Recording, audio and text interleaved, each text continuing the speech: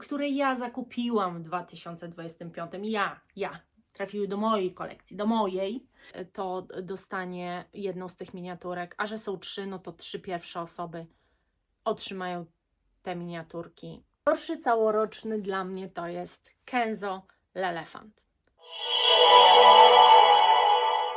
Witam Was, kochani.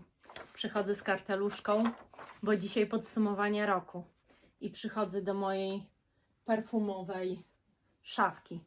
Dlatego, że ja dzisiaj nie będę siedzieć i Wam pokazywać tych wszystkich zapachów.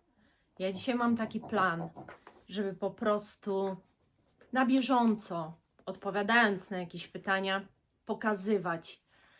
Dlatego, że ja się przygotowałam. Ja nawet sobie ustaliłam odpowiedzi, słuchajcie, do tych wszystkich kategorii.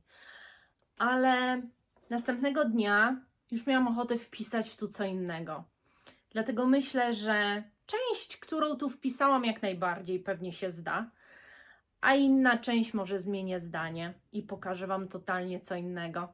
W każdym razie pewnie będę zmieniać kadry, pewnie będę zmieniać pozycję stania na klęczenie, bo tam niżej są zapachy. Teraz zaczynam w ten sposób, zaczynam z moją kartką i zabierzmy się za to. Zróbmy te podsumowanie, bo lubię takie podsumowanie, daje nam pewien obraz sytuacji, zmiany preferencji, być może ogólnie, w którym kierunku powinniśmy iść w nowym 2026.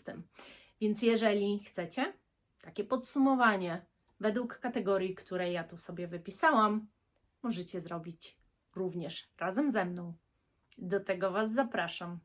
No i zapraszam Was na dalszą część filmu. Bo grunt to nie wiedzieć nic. A najważniejsze to w tej niewiedzy mimo wszystko umieć się odnaleźć. Ja dzisiaj mam taki plan. Odnaleźć się w swojej niewiedzy. Spośród 300 zapachów pewne kategorie jest bardzo ciężko wybrać. No bo jak to zrobić, jeżeli kocha się wszystkie praktycznie swoje zapachy? No dobra, może nie wszystkie. Może jest kilka takich, które są, bo są. Wielkiej miłości nie ma, ale też lubię je używać. Pierwsza kategoria to jest najlepszy zapach zimowy 2025 roku. I to nie chodzi o zapach ogólnie, jeżeli chodzi o te kategorie. Część kategorii jest dostosowana do zapachów wręcz nowości wydanych w 2025. Część kategorii to są zapachy, które ja zakupiłam w 2025. Ja. Trafiły do mojej kolekcji, do mojej. Ale można też te niektóre kategorie potraktować jako po prostu coś, co może w 2024 nie było dla mnie aż takim super zapachem, ale zmieniło się to w 2025. Więc ja generalnie nie będę Wam tłumaczyła, jak daną kategorię macie rozumieć. Macie rozumieć ją tak, że w 2025 najlepszym zapachem zimowym dla mnie był, i tu werble poproszę, obnikamy, kochani, i tak ten film będzie właśnie wyglądał. Otóż tu w tych zakamarkach, w tych sporych zakamarkach drzemie taki zapach jak BDK Gris Charnel.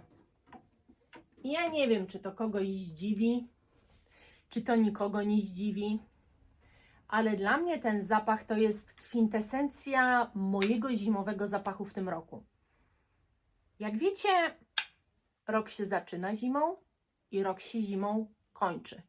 Jest zamknięty klamrą. I dla mnie to jest piękna figa, dosyć balsamiczna, drzewna, ciepła, momentami chłodna i czasami nawet słodka. Tu jest Po prostu wszystko, czego ja od zapachu zimowego oczekuję.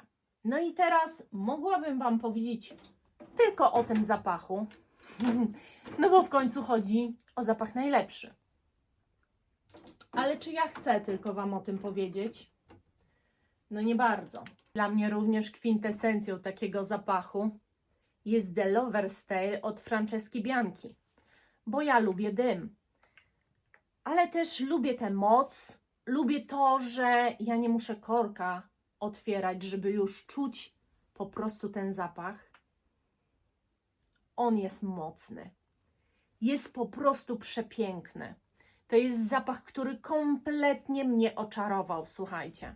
Kompletnie. Uwielbiam go i uważam, że na zimę to jest rewelacyjna propozycja. Idąc tym trybem i tokiem rozumowania, trzeba podać najgorszy zapach zimowy w 2025 roku. I cóż to takiego będzie? Otóż ja sobie napisałam, że jest to zapach replika Jazz Club. Ja już go nie mam. Tak samo jak nie mam replika By the Fireplace. Ale By the Fireplace kompozycyjnie podobał mi się bardziej. Nie zadowalały mnie parametry.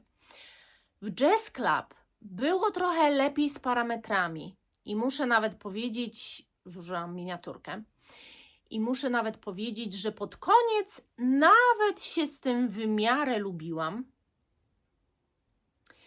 Ale typując najgorszy zapach zimowy tego roku, nie mogę wskazać nic innego, ponieważ każdy zapach, który według moich kryteriów jest nazywany zimowym, sprawdza mi się świetnie tak naprawdę i każdy z nich kocham. Uwielbiam zimą gourmandy, uwielbiam zapachy drzewne, balsamiczne, żywiczne, bursztynowe, ambrowe.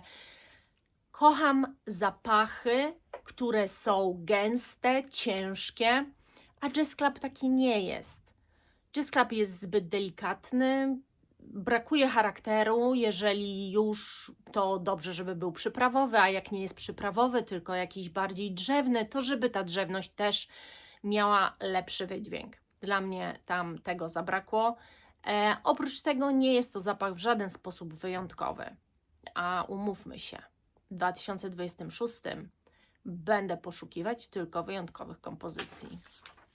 Kolejna kategoria. Zapach na wiosnę. Czy kogoś to dziwi? Nie. Teraz polecimy kategoriami pór roku. Zapach wiosenny. Cóż ja tu sobie napisałam? No oczywiście, że tak. Zdecydowanie tu stoi mistrz nad mistrze, czyli Kinetic Nell. Idealny zapach wiosenny, wibrujący, mocny, owocowo-kwiatowy, z pięknym liczy, cudowną różą, wybitnie piękny, ale przede wszystkim bardzo wesoły zapach. A wiosna jest zawsze dla mnie momentem najweselszym, najszczęśliwszym. Uwielbiam, jak się wszystko budzi do życia. No i takie skojarzenie daje mi ten zapach. Ale oprócz niego mam w kolekcji zapach, o którym nie mogę nie powiedzieć. Ponieważ Cadel Brume de Mai to jest zapach wiosny. Maj w tym przypadku to jest maj, faktycznie. Ona się urodziła, Laura się urodziła w maju. Jest dziewczyną wiosny. Bardzo dobrze wiosnę zna, skoro się urodziła wiosną. No i to brzmi niebywale wiosennie. Ten zapach urzeka od pierwszego powonienia.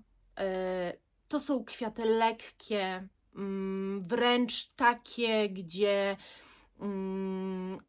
na bujnej łące, w bujnym ogrodzie, kiedy okala je słońce, kiedy je przypala wręcz, a one ten swój cały aromat zaczynają ulatniać do powietrza. I to właśnie czujecie wiosną, kiedy natura się budzi.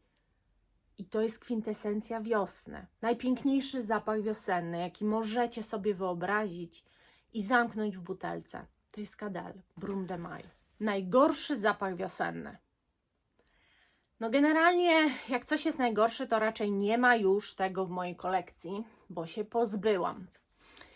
I tak na przykład wypsikałam Flower Bomb, wszystkie. Miałam Tiger, podstawowy i jeszcze jakiś.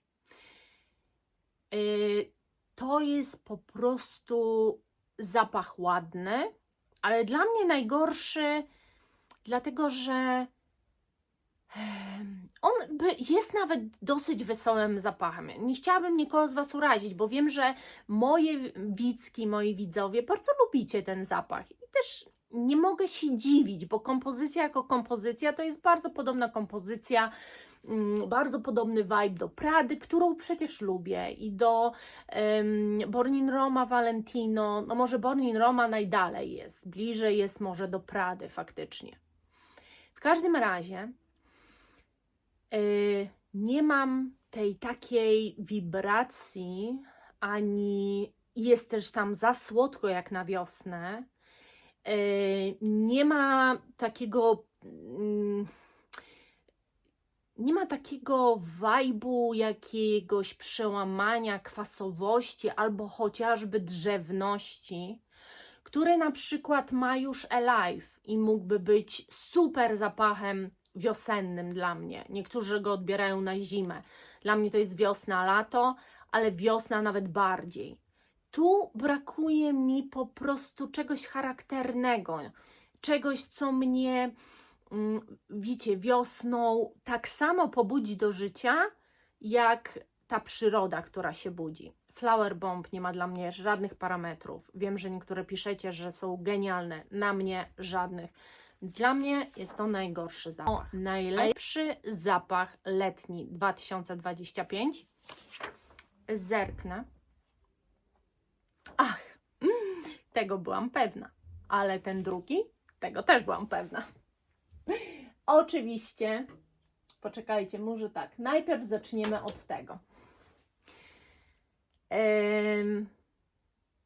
Letni, ale on też jest wiosenny. Nie wiem dlaczego najmniej jest dla mnie zimowy.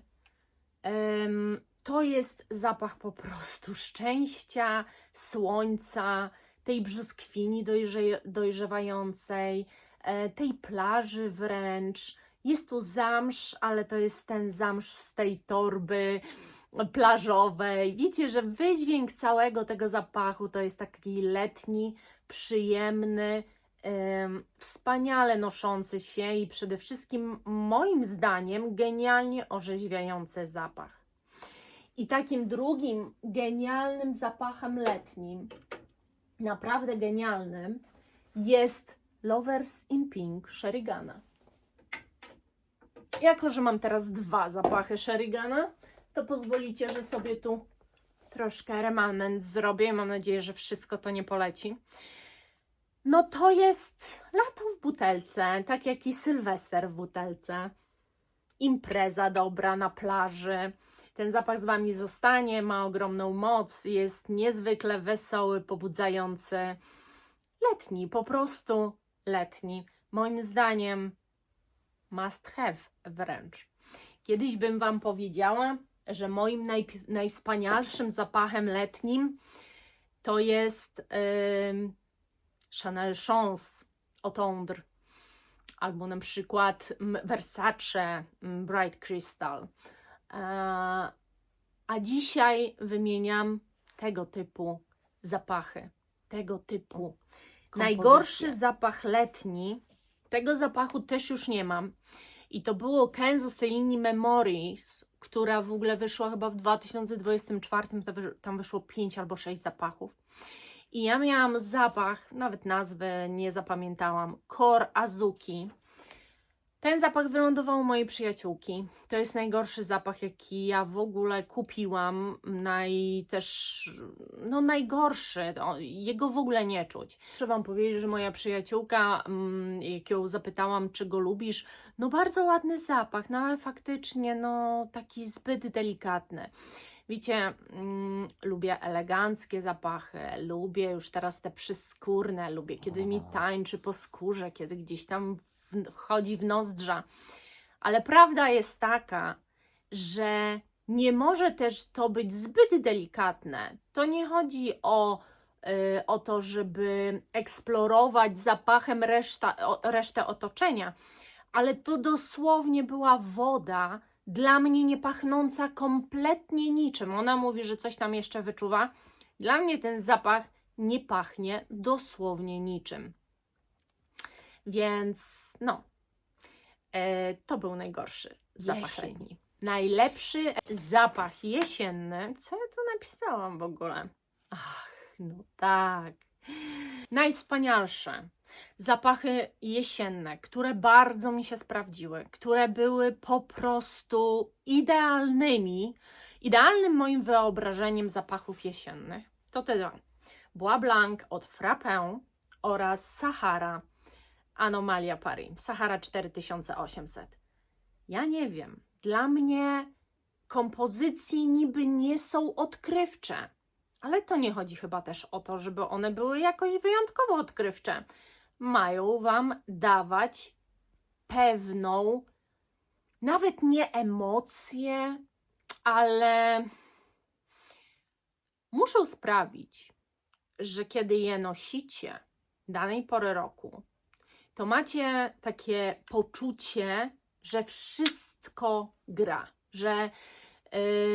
że wszystko do siebie pasuje, że Wy się czujecie bardzo dobrze i komfortowo z tym zapachem, że lubicie siebie powąchać, że lubicie spędzić ten dzień ze sobą. W ogóle mam takie przemyślenia w tym roku, że jeżeli ktoś z Was siebie nie lubi, ale bardzo chciałby siebie pokochać, to do wszystkich osób, które perfumoholikami nie są, bo podejrzewam, że ci nie mają problemów z akceptacją, a jak mają, to chyba wiedzą, co zrobić. Ale wszystkie osoby, które twierdzą, że perfumoholikami nie są, to też będzie jeden z tematów w tym roku, to spróbujcie się ubierać w zapachy. Spróbujcie poszukać zapachu, który doda Wam pewności siebie, który spowoduje, że właśnie siebie bardzo polubicie, bo zapachy mają tę moc, a jeżeli jeszcze o tym nie wiesz, to zostań na tym kanale, to się przekonasz, że mają moc i mogą dużo, gwarantuję Ci. Moi ulubieńcy jesienni. A teraz najgorszy zapach jesienny. Słabo, wiecie, słabo, że w ogóle muszę to robić. Ale będzie to zapach, który mi, wybaczcie, ale no nie za bardzo się spodobał, czy przypadł do gustu. A mianowicie Histoire Fidelis, Rare Fidelis. Poczekajcie, trzymam Was i wącham. No właśnie. Niby wszystko jest w nim ok. Niby jak go wącham, to mi pasuje, ale jak go noszę, to nie czuję się komfortowo. Mało tego, te parametry są mocno średnie. Oddałam go Wojtkowi i niestety tu miłości wielkiej też nie ma. Narzeka na parametry, że to nie bardzo, że ma lepsze zapachy, że mają lepszą, wiecie, jakość. Co mam Wam powiedzieć? Miłości tu nie ma, chociaż jest to stricte zapach jesienny, moim zdaniem, nawet nie zimowy. Mianowicie, najbardziej kiczowata kompozycja 2025 roku. I tu muszę trochę się podnieść, ponieważ otwierałam kalendarz adwentowy Douglasa. No i to są właśnie dla mnie kompozycje kiczowate. To są takie, które no nic nie dają Wam. W Douglasie było MCM i to jest Zen Elephant oraz Khloe Kardashian. Dostałam też miniaturkę, ale to nieważne, bo ja testowałam Rare Beauty, to jest nowość z tego roku. I dla mnie to są zapachy kiczowate. Ten dlatego, że jest zbyt podobny do Libre, za mocno zainspirowany po prostu tym zapachem. Ten, bo ciężko w ogóle powiedzieć, czym to pachnie. Niby czymś pachnie, ale po 15 minutach nie za bardzo wiecie czym. To świeżynka, woda z odrobiną jakiejś mydła. Woda pomydlona. I też po 15 minutach nie wiecie, o co chodzi. Co z nimi zrobić? To jest zawsze mój dylemat. Nie mogę tego wypsikać, bo już by poszły do toalety jako, wiecie, odświeżacze. Są to miniaturki, które trzeba wylewać. Nie chcę tego używać na sobie, bo to nie ma żadnej przyjemności. Co mam zlać tym jakiś ciuch, żeby pachniał jak po płynie do płukania? Chyba chory pomysł. Więc tak w sumie są, bo kto to by kupił? Myślałam, żeby je dodać do zamówień. Może najszybciej tak zrobię. Kto pierwszy, ten lepszy. Kto złoży zamówienie, dzisiaj powiedzmy, to dostanie jedną z tych miniaturek. A że są 3, no to 3 pierwsze osoby otrzymają te miniaturki i po prostu sami sobie sprawdzą. No bo dalej nie wiem. Najlepszy zapach parametrowo 2025 roku. Wybrać jeden, to jak o niczym nie powiedzieć, to jak skłamać. Ja mam parametrowo ogrom zapachów genialnych. Natomiast dziś Wam powiem o zapachach, które się utrzymują kilka dni. Co mam na myśli? Kilka dni, to znaczy, że jak popsikam się tu przy włosach, to ten zapach, jak nie myję głowy, będzie cały czas się utrzymywał do następnego mycia głowy, a myję głowę co 3 dni. I takim zapachem jest cała linia Maison Crivelli. Może Wam tu pokażę. Zdejmę te i Wam pokażę, żebyście widzieli.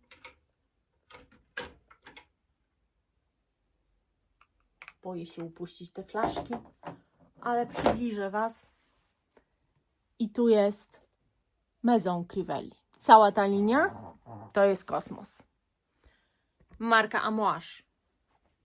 Wszystkie zapachy, łącznie z Dia 40, to są jakieś kompletne mocarze.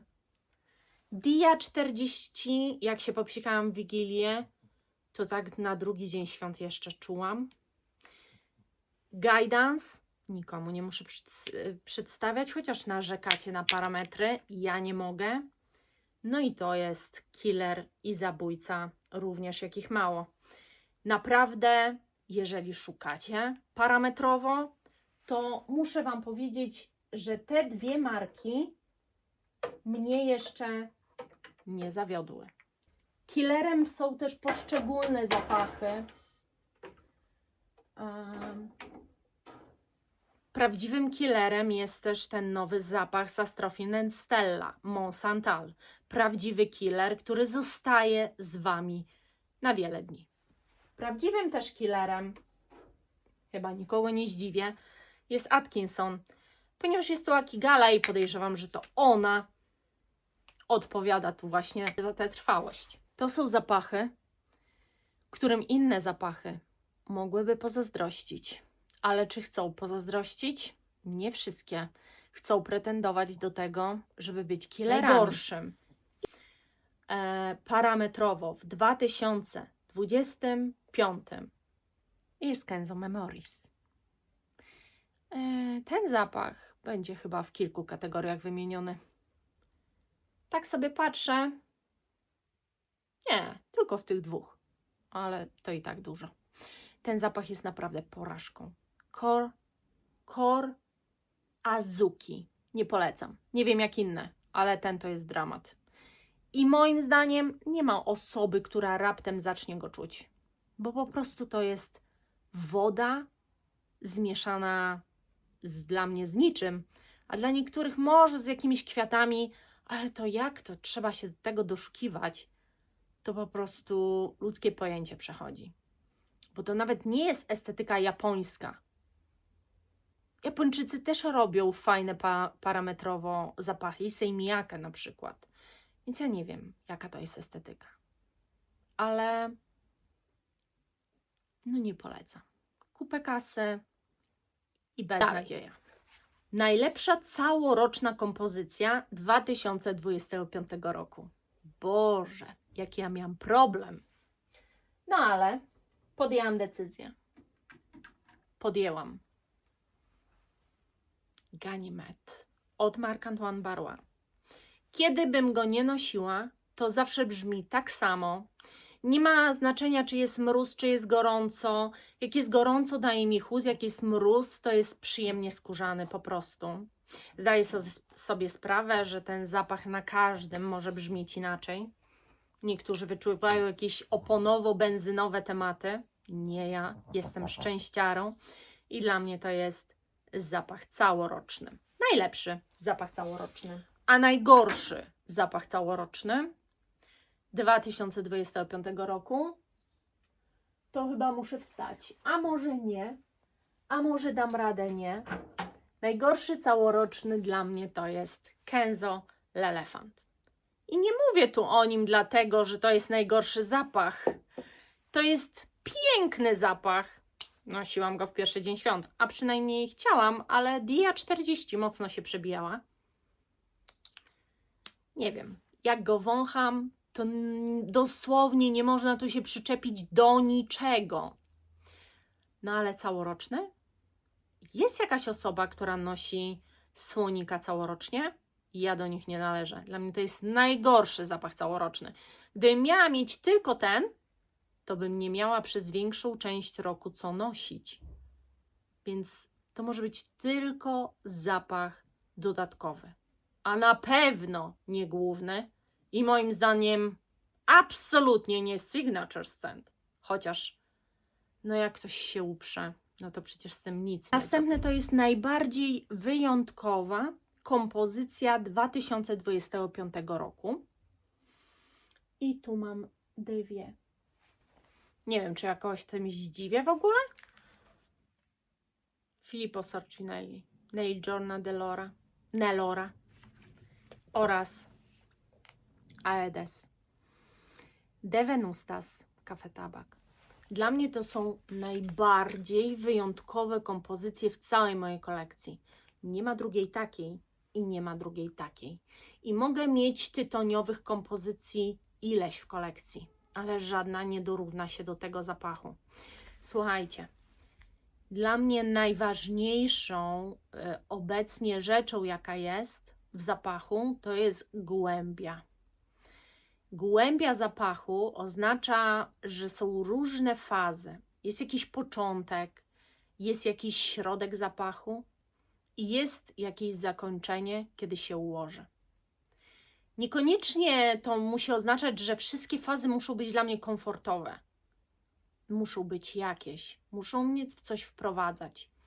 Głębia zapachu oznacza, że za każdym razem, kiedy podtykam ten korek pod nos, czuję każdy składnik pojedynczo i jednocześnie jako coś idealnie zblendowanego. Tutaj tak jest. Ja czuję każdy z tych składników oddzielnie, po czym to tworzy jedną w moim nosie idealną, taką aksamitną kompozycję. Ten zapach zaczyna się może nawet dziwnie, ale to jak się kończy, to jest coś po prostu niesamowitego. Ten zapach zaczyna się może dziwnie, może odrzucająco, ale to, co mi daje, jak się ułoży już na skórze, jak jest dla mnie wyjątkowy, to nic z tego nie zmieni. szukam właśnie takiej ekscytacji, jakie dają mi te dwa zapachy. Szukam ekscytacji, głębi, wyjątkowości kompozycji, czegoś, czego nie mam w swojej kolekcji. Ja już mam bardzo dużo zapachów akigalowych, mam bardzo dużo zapachów drzewnych, mam ogrom zapachów kwiatowych i owocowych, ale brakuje mi wyjątkowości. Tego w tym roku szukam i tego sobie i Wam życzę, bo myślę, że kiedy ja odkryję jakieś wyjątkowe kompozycje, to Wy będziecie mogli je odkrywać razem ze mną. To jest fascynujące w tej przygodzie. Najnudniejsza kompozycja 2025. Najnudniejszą kompozycją 2025 jest ten zapaszek i to jest faktycznie nowość z tego roku. Ja go długo nie mam, ale to już było. Chciałoby się zaśpiewać, ale to już było, ale to już jest. To nic nie wnosi do mojej kolekcji. To jest zapach, który można zużyć bardzo szybko, po prostu latem bądź wiosną, ale on niczego nie wnosi do mojej kolekcji. To też nie jest jakiś taki zapach, który wyjątkowo mnie wibruje, czy który powoduje, że jestem turbo weselsza. Raczej jest dosyć obojętny dla mnie i naprawdę najnudniejsza kompozycja według mnie. Oprócz oczywiście tych kompozycji, o których Wam wcześniej powiedziałam, które oprócz tego, że są kiczowate, to w sumie nie pachną niczym. No i oprócz Kenzo Core, które też mogłoby się tu znaleźć, no ale mówić ciągle o tych samych zapachach w podsumowaniu roku, to przecież jest bez sensu. To poleci dalej, możecie być tego pewni. Przyszedł czas na największe zaskoczenie 2025 roku. Werble.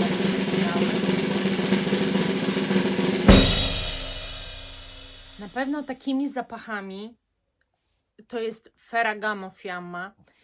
I co ja mam na myśli przez zaskoczenia? W tym roku zaskoczyło mnie bardzo dużo. Zaskoczyłam sama siebie. Zaskoczyły mnie zapachy vintage, które pokochałam. Zaskoczyło mnie, że w ogóle kupiłam takie flakony. Wiele rzeczy mnie zaskoczyło. Było ogrom zaskoczeń, było i ogrom zapachów, ale te zapachy mnie zaskoczyły czymś innym. Ponieważ kupując Ferragamo, nie liczyłam na nic. Nie spodziewałam się niczego wyjątkowego. Kolejny mainstreamowy zapaszek, który chcę Wam zrecenzować, nie oczekując niczego w zamian. A okazał się zapachem bardzo w moim stylu, w moim guście, który do mnie przemówił, który po prostu mnie zaskoczył niesamowicie. A wiecie, że najbardziej nas zaskakuje zawsze to, czego się nie spodziewamy. Zawsze największe zaskoczenie jest kiedy w założeniu mamy coś zupełnie innego. A tu założenie było, że ten zapach mi się w życiu nie spodoba i że to będzie totalny zwyklaczek. Drugi zapach totalnie mnie zszokował. Tutaj zaskoczenie było takie, że kupiłam totalnie w ciemno, nigdy nie próbując Toma Forda Oud Minerale. Myśląc sobie, udowy zapach. I ja Oud pokochałam w tym roku. Jak nie mi, to Wojtkowi będzie. A że jest promka, to trzeba Toma Forda brać. A ten zapach to jest totalnie... To jest zapach, który mnie uwiódł od pierwszego psiknięcia. Który zrobił na mnie największe wrażenie. Który jest tak skomponowany i tak wspaniale go się nosi. Jest słony, mineralny, ale przy tym drzewny. Czuć morskość, czuć metaliczność wręcz momentami. Mimo wszystko nadal jest dosyć przytulny. Nie wyczuwam tu żadnych klejów, nie wyczuwam tu żadnych dziwnych nut. Moim zdaniem to jest taka kompozycja z życia wzięta wręcz. Tak, według większości powinien pachnieć prawdziwy mężczyzna. I tak postawiłam go na półce prawdziwego mężczyzny, czyli mojego męża. Ale ja wybitnie się w nim rozkochałam i uważam, że jeżeli ktoś tej kompozycji nie zna, i nie docenił jeszcze jej w żaden sposób, nawet próbując próbką czy czymkolwiek, to błąd, bo to jest naprawdę coś bardzo ciekawego. Nie dla każdego, ale jak macie mężów, to przecież możecie spróbować. Były zaskoczenia. Czas na największe rozczarowania 2025. Największym takim moim rozczarowaniem było La Vie est Belle Elixir, który właśnie w tym roku kupiłam. Na szczęście kupiłam perfumetkę i jakoś ją zmęczyłam, chociaż głównie chyba w toalecie. Dlaczego? Bo na początku on ogólnie był bardzo podobny dla mnie do Angel Nowej, przynajmniej na mnie, tylko że problem był taki, że ta malina, która się znajdowała w La Vie Belle Elixir, dla mnie była tak mocno syntetyczna i tak wręcz plastik czułam w tej malinie, że nie był w żaden sposób komfortujący. To była męczarnia nosić na sobie ten zapach, przyznam szczerze. Nie umywa się do Angel Nowej, a już teraz do najnowszego Aliena Pulp, który rozkochał mnie w sobie na maksa i myślę o tym, żeby kupić flakon na sklep, żebyście mogli sobie kupować odlewki, bo no ja kupiłam perfumetkę 10 ml, nie wiedząc czego się spodziewać, a ten zapach mnie totalnie oszołomił. Natomiast La Vie est Belle nie. Drugim takim rozczarowaniem to była Francesca Bianca Angel's Dust. To było bardzo duże rozczarowanie, dlatego że ja najpierw go nie lubiłam, później go polubiłam, ale jako layering i jako wzmacniacz innych zapachów. W efekcie ktoś bardzo mnie prosił, żebym go sprzedała, bo ktoś był napalony i to po prostu zrobiłam. Ale było to niebywale moim jednak rozczarowaniem.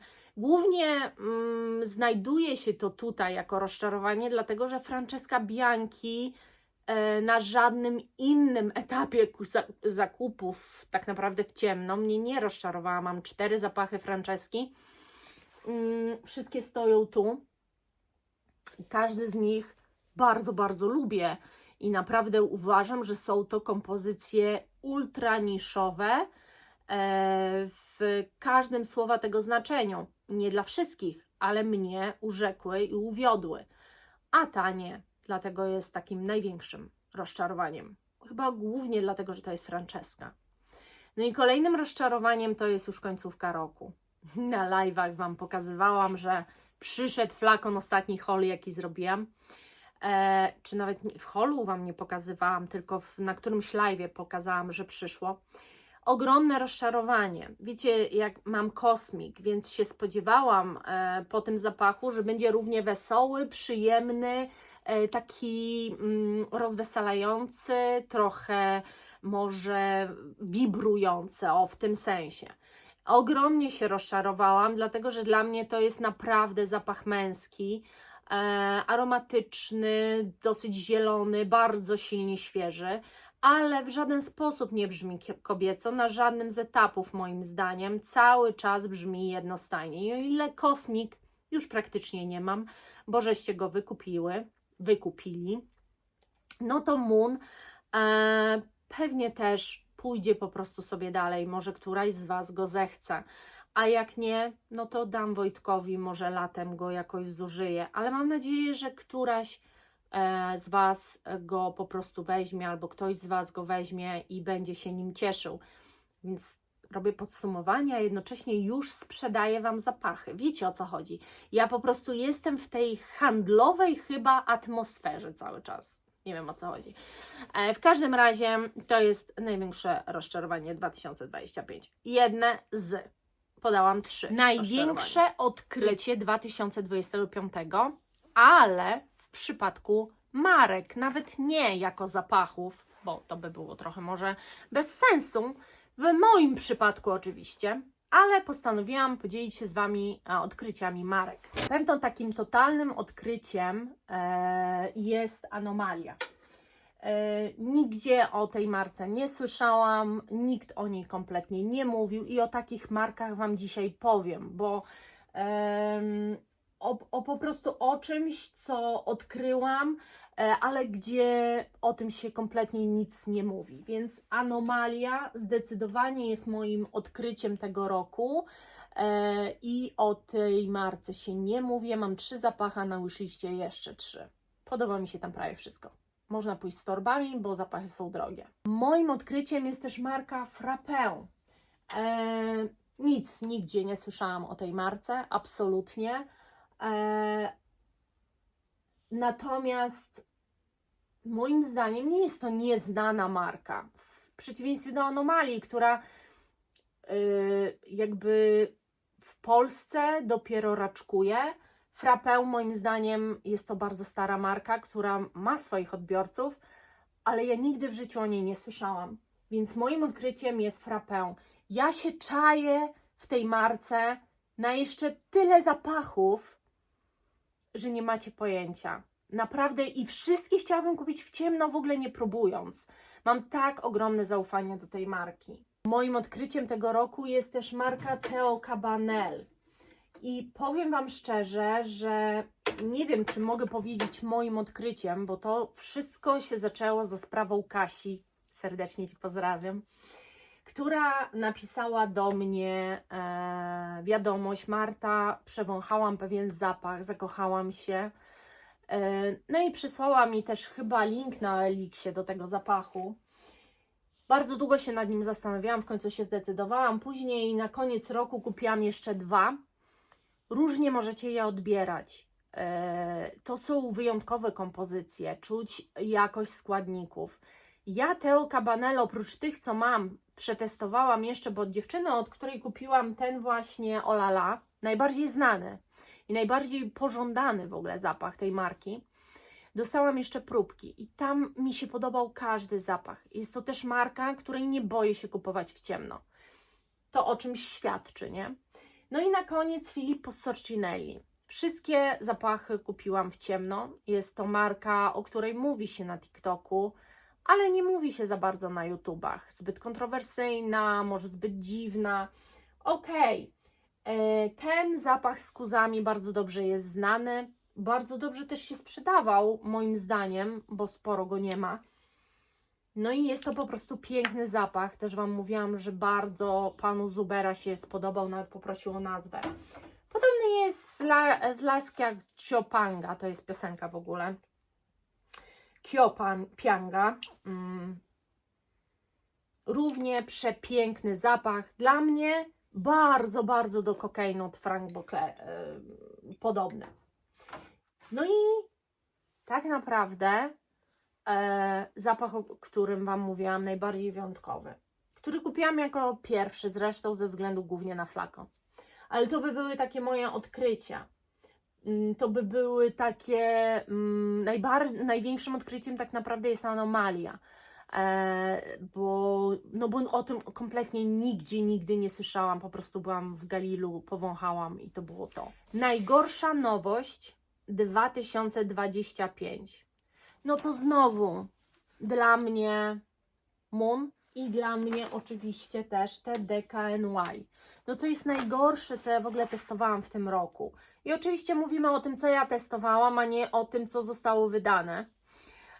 I oczywiście o moich preferencjach. Zbyt męskie, zbyt nijakie, nudne to już było, to już jest, co już jest po milion razy wręcz. Ale to się spodoba. Ta nowość się spodoba, ta nowość kliknie, tą nowość kupią nastolatki, będą nosić i będą zachwycone. Tu nie kupią nastolatki. Kupią kobiety, które lubią męskie nuty. A ja lubię, bo ja lubię była Imperial z Essential Parfum. No ale ta mi nie podchodzi. I tak samo mi nie podchodzi, słuchajcie, te Jose od Eisenberg. Są niektóre nuty, głównie w zapachach świeżych, które po prostu skręcają w tą wodę kolońską. Nie przepadam z tym takim wydźwiękiem wody kolońskiej. Jeszcze nie nauczyłam się wąchać tego w odpowiedni sposób pewnie. No ale póki się nie nauczyłam, a to jest podsumowanie roku, to uznajmy, że to są dla mnie najgorsze nowości 2025. Najlepsza nowość 2025. Najlepszą nowością w 2025 roku, i tak też zagłosowałam na Fragrantica, jest dla mnie Shalimar. Ale też Existence. Bardzo wyjątkowy zapach, również czysto piękny. To są dla mnie dwie nowości, które przetestowałam ich naprawdę w tym roku ogrom nowości. Nie ma tu Muglera, żadnego tak naprawdę. I mimo, że ja uwielbiam te nowości Muglera też, to się chowają do Shalimara. Dlaczego tak się stało, że ten Shalimar się okazał takim fenomenem? Bardzo ciężko jest to określić. Dlatego, że tak, Shalimar zawsze miał swoją klasę.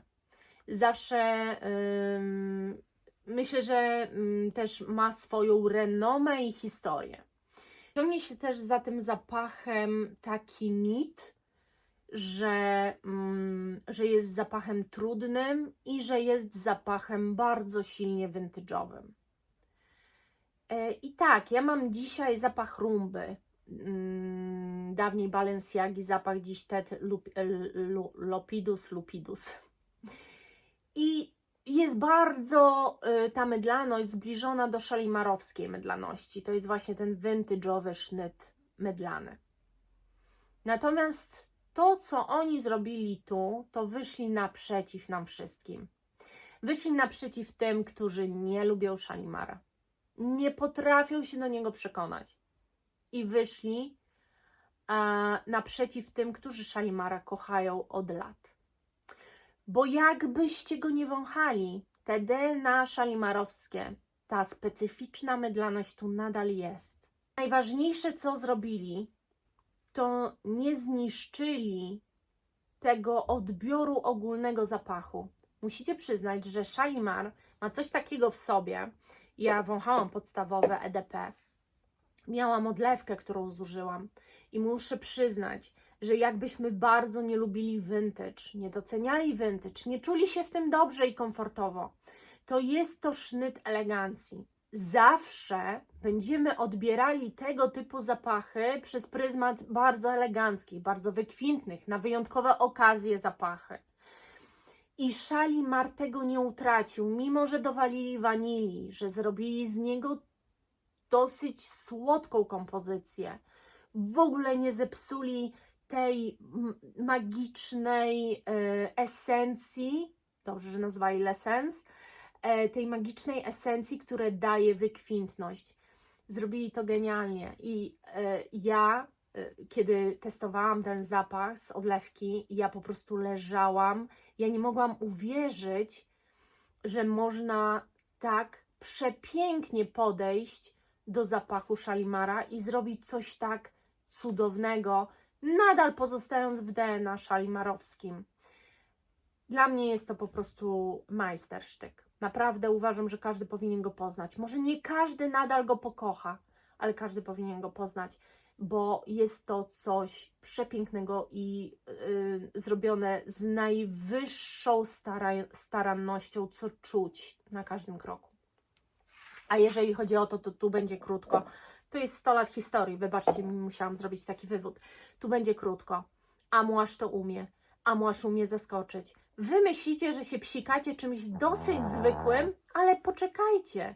Po 2 godzinach zobaczycie, co się z Wami zacznie dziać. Zobaczycie, jakie nuty zaczną dochodzić do głosu.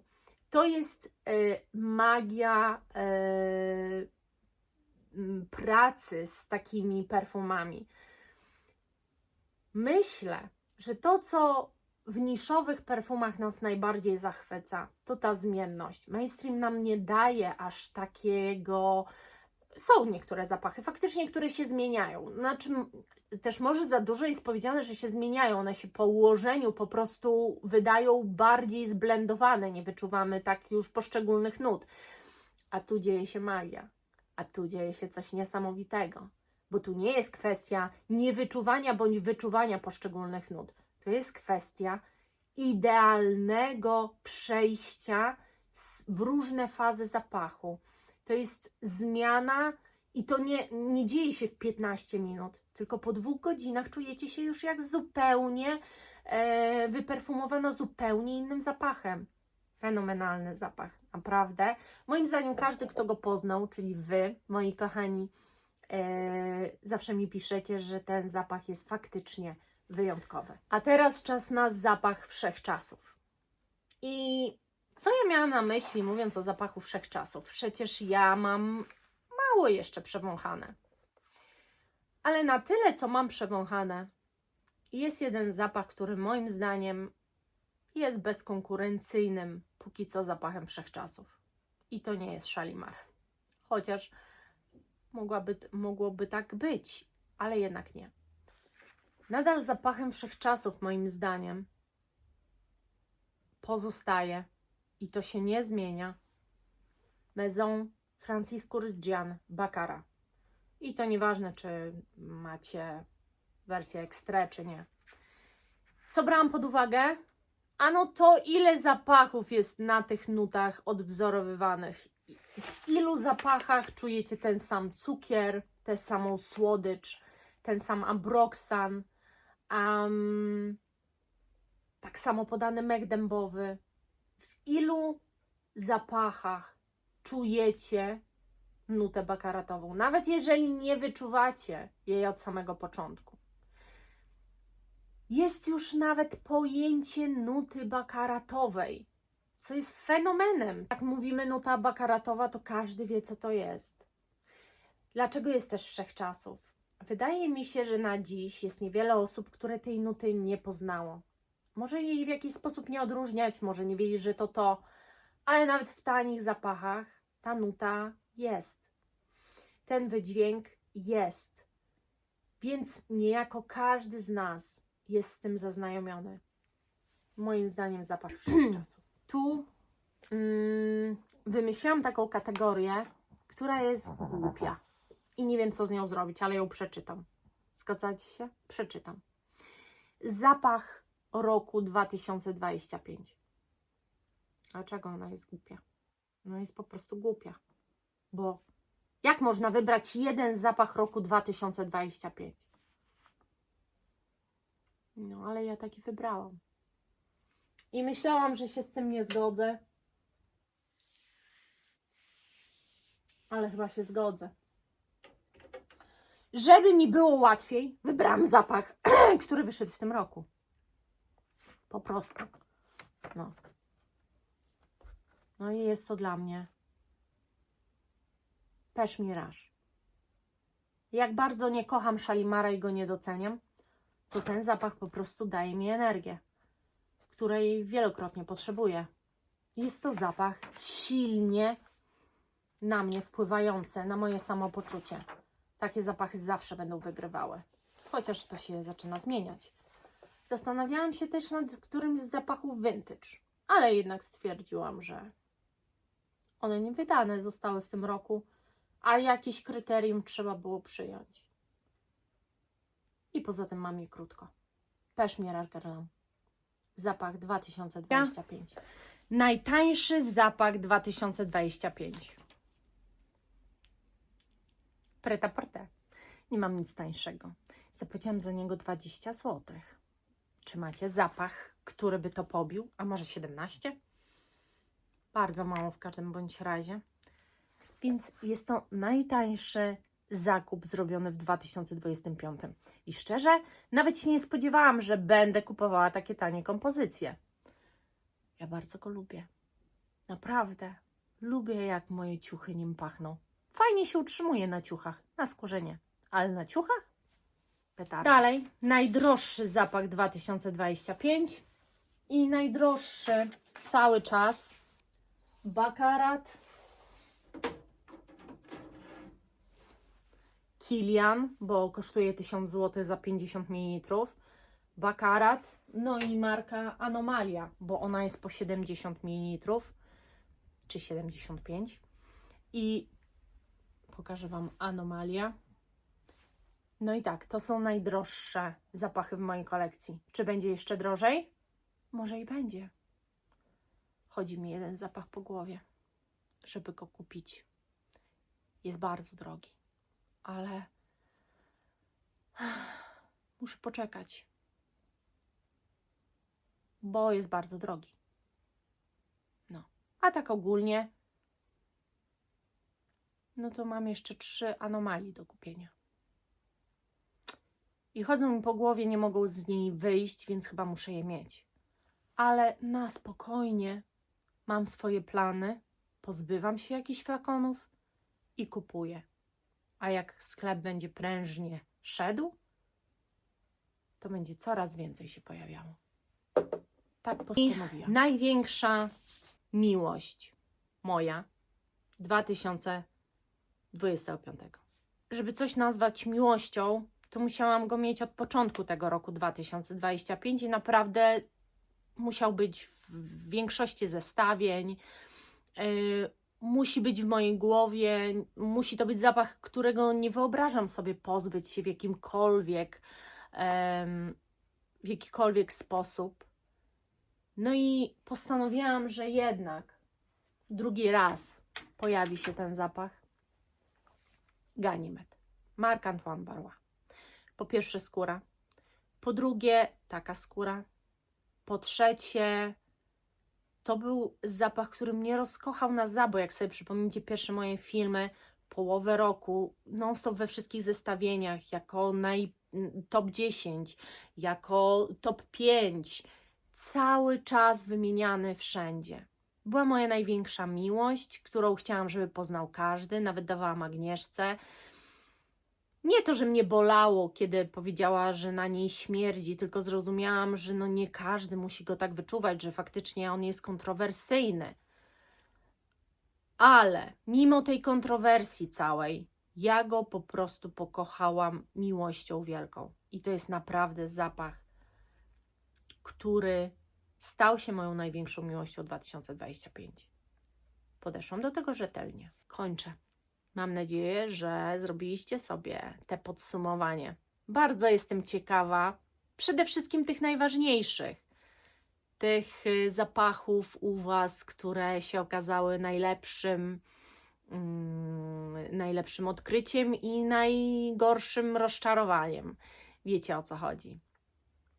To jest zawsze najciekawsze. Liczę na to, że się w komentarzach ze mną tym podzielicie. A jak nie możecie w komentarzach, ale dzielcie się w komentarzach. Buziaczki, kochani. Żegnam się z Wami. Do następnego. Pa, pa!